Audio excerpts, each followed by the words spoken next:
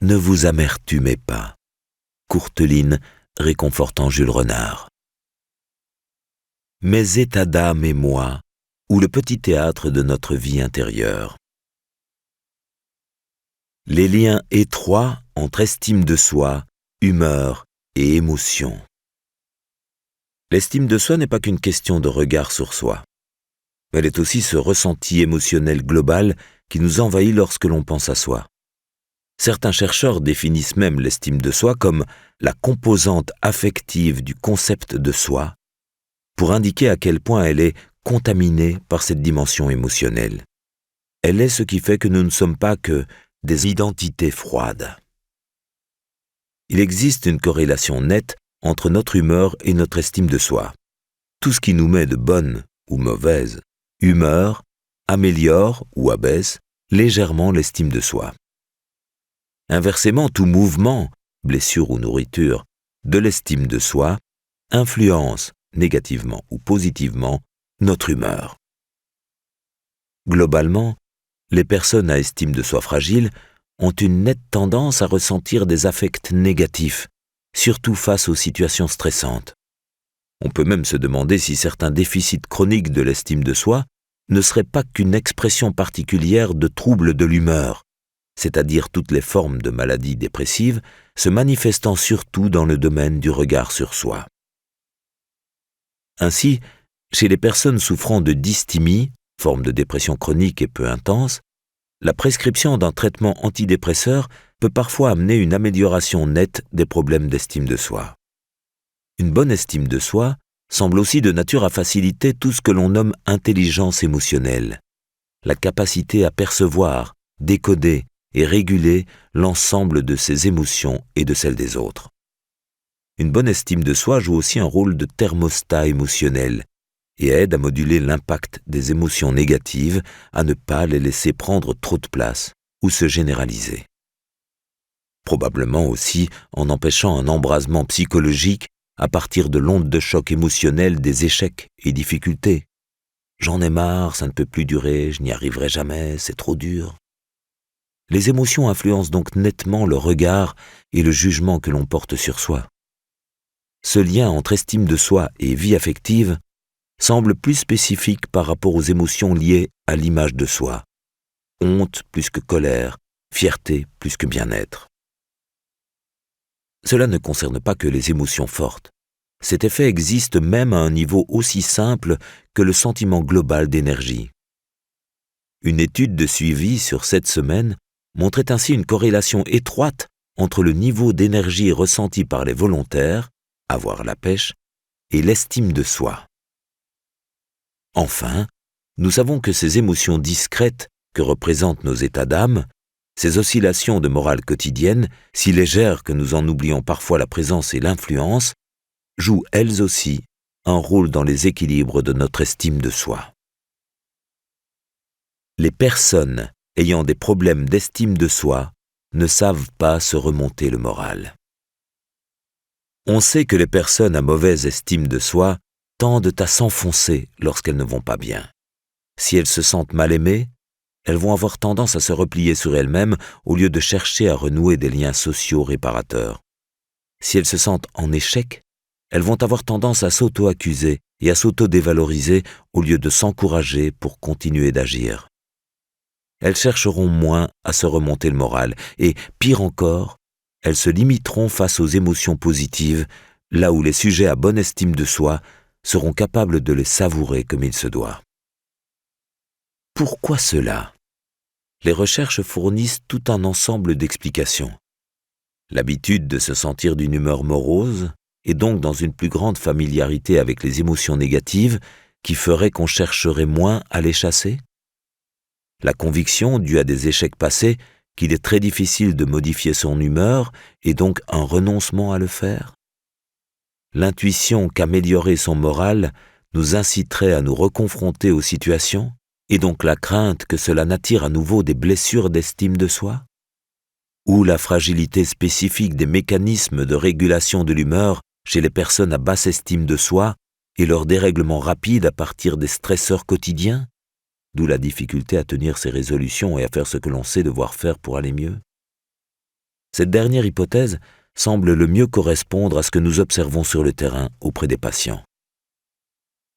Le problème est qu'évidemment, ces échecs répétés dans les tentatives d'ajustement entraînent une usure émotionnelle et une démotivation psychologique, sentiment d'impuissance et d'inefficacité personnelle, qui aggravent encore les problèmes d'estime de soi, etc. Il existe peut-être des circuits cérébraux qui peu à peu se sensibilisent à ces échecs répétés et font qu'au moindre contretemps vont survenir avec une violence et une intensité disproportionnées des émotions et des pensées négatives. Un de mes jeunes patients, chercheur en neurosciences, me parlait ainsi d'une autoroute synaptique négative. Plus je progresse dans la thérapie, plus je sens que je suis capable de la sentir s'activer à l'avance et de mettre en place des déviations psychologiques pour ne pas, chaque fois, foncer dans le mur. Les baisses de morale réveillent les problèmes d'estime de soi. De manière générale, nos patients souffrant de troubles de l'estime de soi décrivent clairement comment certains jours sont pires que d'autres, en fonction des fluctuations, pourtant normales, de leur morale. Ce qui ne serait chez d'autres qu'une grisaille mentale passagère réveille chez eux tout un tas de pensées de désamour de soi, de rumination sur ses difficultés et de baisse d'envie d'agir et de vivre. Mais les états d'âme négatifs ne provoquent pas seulement de l'inconfort. Ils semblent diminuer les capacités à agir, créer, résoudre des problèmes, etc. On pense également que de légères baisses de morale sont des facilitateurs de rechutes dépressives, notamment si elles ont déjà présenté plusieurs épisodes dépressifs dans le passé. On a aussi pu montrer que les baisses de morale, même minimes et transitoires, chez les personnes ayant des antécédents de dépression et de tentatives de suicide, avaient un impact sur leur capacité à résoudre de petits problèmes simples du quotidien. Ces travaux sont importants, car ils permettent de comprendre comment des événements adverses mineurs peuvent parfois conduire à un véritable embrasement dépressif, avec un afflux d'idées sombres et de sentiments de désespoir, pouvant aller chez les personnes prédisposées jusqu'aux idées suicidaires. Ce d'autant que la tentative de suicide a déjà été, dans le passé, une solution pour échapper à cette souffrance.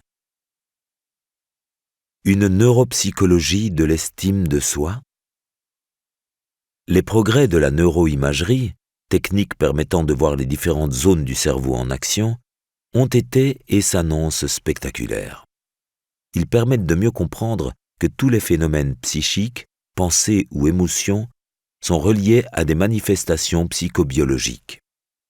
Qu'aucune souffrance psychologique n'existe sans être associée à des perturbations cérébrales. La maladie imaginaire n'existe pas. Et comment les différents soins, psychothérapiques ou médicamenteux, normalisent ces perturbations. Il n'existe pas pour l'instant, à ma connaissance, de travaux de ce type sur le fonctionnement et les troubles de l'estime de soi.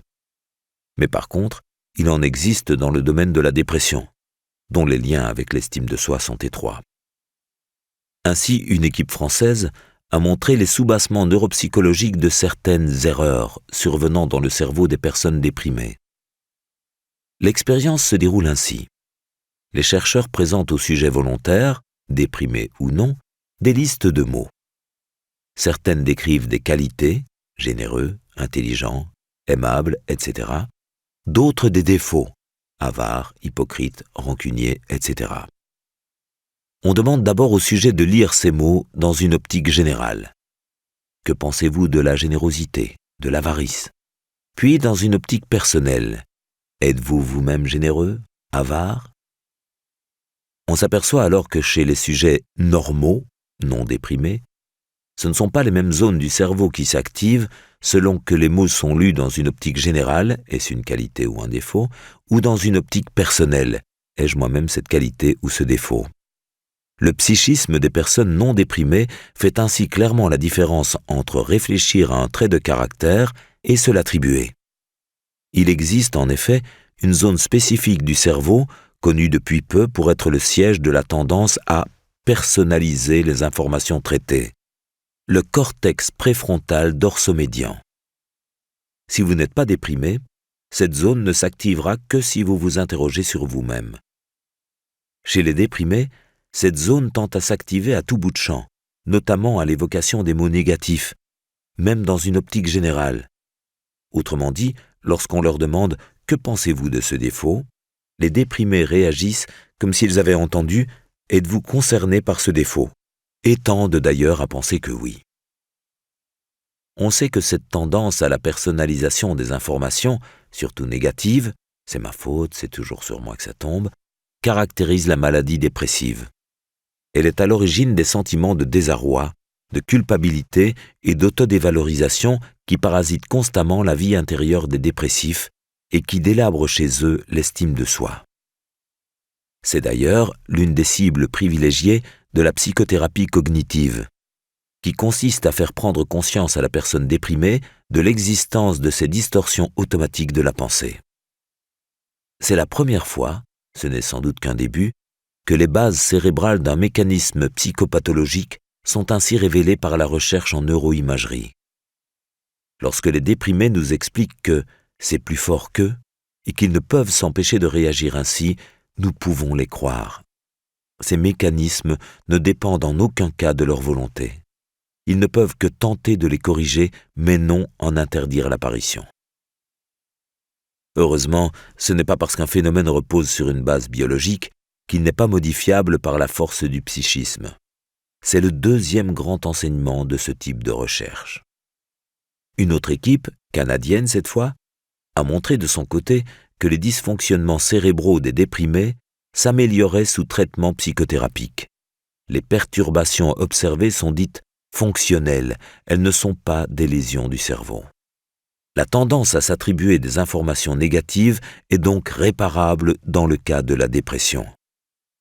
Il n'y a aucune raison de penser que cela ne serait pas le cas pour les souffrances de l'estime de soi. Se servir de ses émotions pour travailler sur l'estime de soi. L'intérêt et la possibilité de travailler sur ces états d'âme, ce mélange entre nos humeurs et nos pensées, sont largement attestés aujourd'hui. On sait qu'il n'est pas anodin pour le bien-être de laisser régner en nous, du moins trop longtemps et trop souvent, des émotions négatives, tristesse, colère, inquiétude. Ce n'est pas non plus anodin pour l'estime de soi. D'ailleurs, autant, sinon plus qu'aux émotions fortes et violentes, il faut surtout prêter attention à ses humeurs, appellation que recouvre en anglais le terme plus courant de « mood ». Bien que plus discrètes que les émotions, elles sont souvent plus délétères car plus insidieuses, moins faciles à repérer et donc à antagoniser, et peuvent avoir un impact souvent plus grand sur tous les aspects de notre comportement et de notre vision du monde. Moins exceptionnels, plus fréquents et plus chroniques aussi, ces états d'âme que sont nos humeurs agissent en quelque sorte par infusion. Peu puissants, mais actifs si on les laisse imprégner longtemps notre psychisme. Une patiente assez drôle à qui j'avais expliqué ce mécanisme me racontait un jour « J'ai compris votre théorie, docteur. Chez moi, ça marche comme ça. Ces états d'âme, c'est comme une tisane ou une infusion. C'est pas grand-chose, mais si on laisse infuser longtemps, ça se corse. Moi, j'ai souvent mon cerveau dans une infusion de spleen. Je ne fais pas attention, je laisse macérer, et à la sortie, je vais mal. Pareil, il y a des jours où je suis dans une infusion d'agacement. Parfois, c'est comme les vraies tisanes, genre tilleul menthe, du mixte. J'ai colère-inquiétude ou spleen-remords, mais maintenant j'ai compris. Je ne laisse plus ma cervelle barboter là-dedans. Le travail sur ces humeurs commence donc à représenter un enjeu important dans les psychothérapies de l'estime de soi et de la prévention de la rechute dépressive. Car ces capacités peuvent se muscler et se développer peu à peu par un entraînement régulier. Bonne nouvelle, non ? Parmi les efforts à mener pour peu à peu acquérir ces capacités, 1. L'observation régulière de ses mouvements émotionnels, grands et petits. C'est ce que l'on nomme la chronométrie affective. Cela consiste à évaluer régulièrement son humeur sur un petit carnet et à établir le lien avec les pensées et événements de vie associés. Lorsque j'ai le spleen, quel genre de pensée cela induit-il chez moi? Quel comportement? Comment j'arrive ou non à les combattre? Quels événements ont déclenché ces humeurs? Ma réaction est-elle proportionnelle à ce qui s'est passé ou manifestement excessive? Si c'est le cas, je suis sans doute victime d'une forme de dérèglement de mon thermostat émotionnel. Je vais avoir intérêt à pratiquer des exercices réguliers pour le régler de manière plus adéquate. 2. Le travail sur ses contenus de pensée, que l'on nomme travail cognitif. Cela consiste en gros à ne plus confondre ses pensées avec la réalité. Nous en avons parlé plus haut. 3. La pratique régulière d'exercices de méditation, pleine conscience, zazen, etc., qui aident grandement au dépistage précoce des micro-mouvements d'humeur et à leur mise à distance. 4. L'effort délibéré pour susciter ou accueillir en soi toutes les occasions d'émotions positives, légitimes et sincères. Effort qui facilite l'équilibre émotionnel global s'il est pratiqué de manière adaptée et non plaqué ou stéréotypé. L'aide de thérapeutes est parfois nécessaire pour mener à bien ce type de travail sur soi, surtout si vous présentez des tendances dépressives déjà avérées. Les thérapies adaptées sont celles qui vous feront travailler sur ce point précis de jonction entre émotions, pensées et situations déclenchantes. Mais il faudra ensuite ne plus oublier de prêter attention au réglage de notre thymostat, le thermostat de nos états émotionnels discrets. Thymi signifie en grec humeur. Notre cher Jules Renard remarquait « Certes, il y a de bons et de mauvais moments, mais notre humeur change plus souvent que notre fortune. » Baruch Spinoza. Mes collègues me chambrent souvent lorsque je parle de bonheur ou d'émotions positives lors de nos réunions scientifiques. Notre métier de psychiatre, médecin de la psyché, nous pousse à considérer comme plus noble, plus légitime et surtout plus urgente la tâche de soulager les souffrances. Et comme secondaire, anecdotique, voire inappropriée, ce n'est pas notre mission, celle d'aider nos patients à construire, par petites touches, leur bonheur. Ces petites moqueries de mes collègues et amis m'agacent parfois, je l'avoue. Je ne parle pas ici des grosses vacheries de mes collègues et ennemis que je n'ai jamais à entendre ou à affronter car elles ne sont pas dites en ma présence. Je les accepte et j'en souris, mais tout de même. Alors je recherche des alliés. L'un de mes alliés les plus prestigieux, c'est Baruch Spinoza, 1632-1677. Philosophe magnifique, chantre de la joie. Écoutez ce qu'en dit Gilles Deleuze dans un livre qu'il lui a consacré. Spinoza n'est pas de ceux qui pensent qu'une passion triste est quelque chose de bon. Seule la joie vaut, seule la joie demeure, nous rend proches de l'action et de la béatitude de l'action. La passion triste est toujours de l'impuissance. Comment arriver à un maximum de passion joyeuse et de là passer au sentiment libre et actif? Spinoza n'avait rien d'un naïf ni d'un rêveur, et c'est bien pour cela qu'il a célébré ainsi la joie contre la tristesse. Hasard ou signe du destin, il se prénommait Baruch, ce qui signifie « bienheureux ».